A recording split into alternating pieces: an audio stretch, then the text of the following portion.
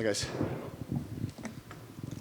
Jack, I know, after a setback, everybody wants to get in there like right away and get rid of it, right? So how exciting is it right now to be back and get back in there? It's great. I'm looking forward to it, get back in, get another win, and go back on that mission, No doubt. The last one obviously was a big moment, and you just came up short. I guess, what lessons did you take out of that? I mean, is there something you can pinpoint? They're like, that was the problem. In the first round, I had this moment where I stand still a couple of seconds, a little bit too long, close to the fence. And that's when he catches me with a punch that changes the whole fight. I break my orbital bone, and I have severe double vision for the whole next 4 rounds. Barely could see the guy. So without that, I think it could have looked a little bit different. Yeah, I didn't realize that. Credit to you then. How much did time off afterwards? I mean, imagine that. You didn't want to train with that, right? So what was the recovery process like? Yeah, it definitely took some time, just to get the vision back and so on. It was a process of, couple of 3 months or something without any contact training and so on. You're a veteran of the sport at this point. I mean, is it a psychological challenge at all the next time you go in there to not be hesitant or not be worried about that happening again? No, I don't think so. You can think about it in between fights, but when you get in there on fight night, there's just one thing in your mind. Nice. So you were ready to go, and then you had to push it back a week. I guess what happened there, and was that challenging for you? Yeah, it was challenging because me and my whole team caught COVID and were sick. So it was not the perfect, it was not the perfect scenario to coming into this fight, but I'm happy that we were able to reschedule it because I've been in the States for 6 weeks now, and I'm not traveling home without a fight. So, but 1 week is all it took? Is it so you're just sick for a couple days, basically? The thing was that the message came out about 1 week before, right? But I was sick for some time before that, but. It wasn't long ago, so we, basically just started training again, and so not the perfect way to,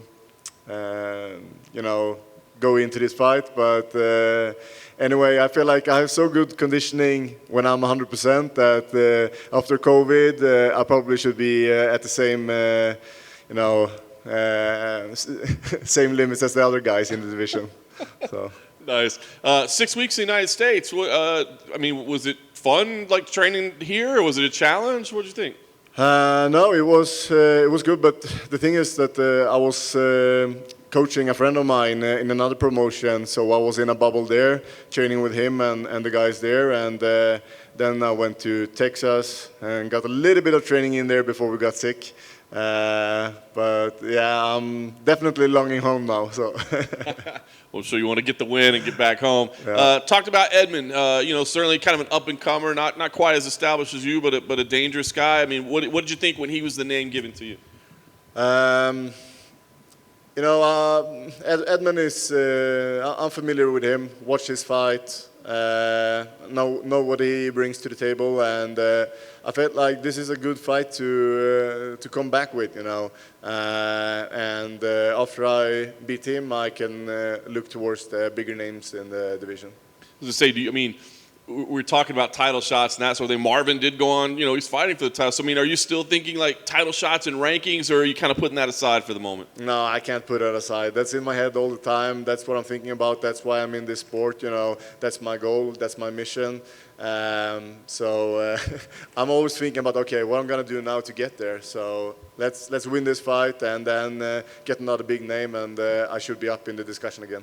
I like it. Last thing for me, what kind of fight do you think we're going to see here? Because on paper, both you guys are very, very exciting, but you've got a lot of experience, too, that he doesn't have. So do you feel like this is going to be another battle, or do you feel like you can dominate him?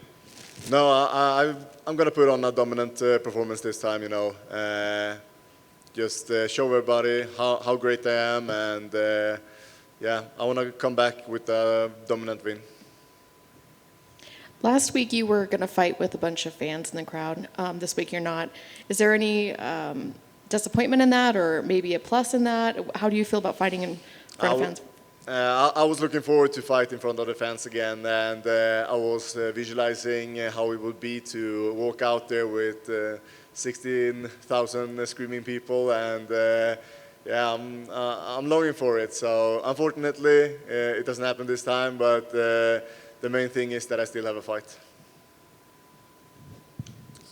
So when did you catch the COVID, and you and your team, at which point in your training camp? It was like 2, 3. I don't remember the date, but it was just like. Was it like in the middle of it? No, it was in the end. At the end. Yeah, it was in the end. It was like just a couple of weeks ago. Did it hit you hard, or? Like a common flu, fever, ache in the body, and tired and a headache. So like a normal flu. Do you feel still any effects of it? Like, do you think it'll affect your endurance or anything during the fight? It would be weird if it didn't, I'm sure it affects my body somehow. But as I said, I'm always in superior condition. So I feel like this evens it out when it comes to the cardio. So since it was you and your whole team, did you have a quarantine party together, as you got better? Party, I don't know, man. We were like, everybody was just dead, laying everywhere, and the energy was pretty low in the team. But we started to get that good feeling again now, and everybody's looking forward to it. We're glad you're back in tip top. Appreciate it. Thank you very much. Thank you, sir. Thank you, guys.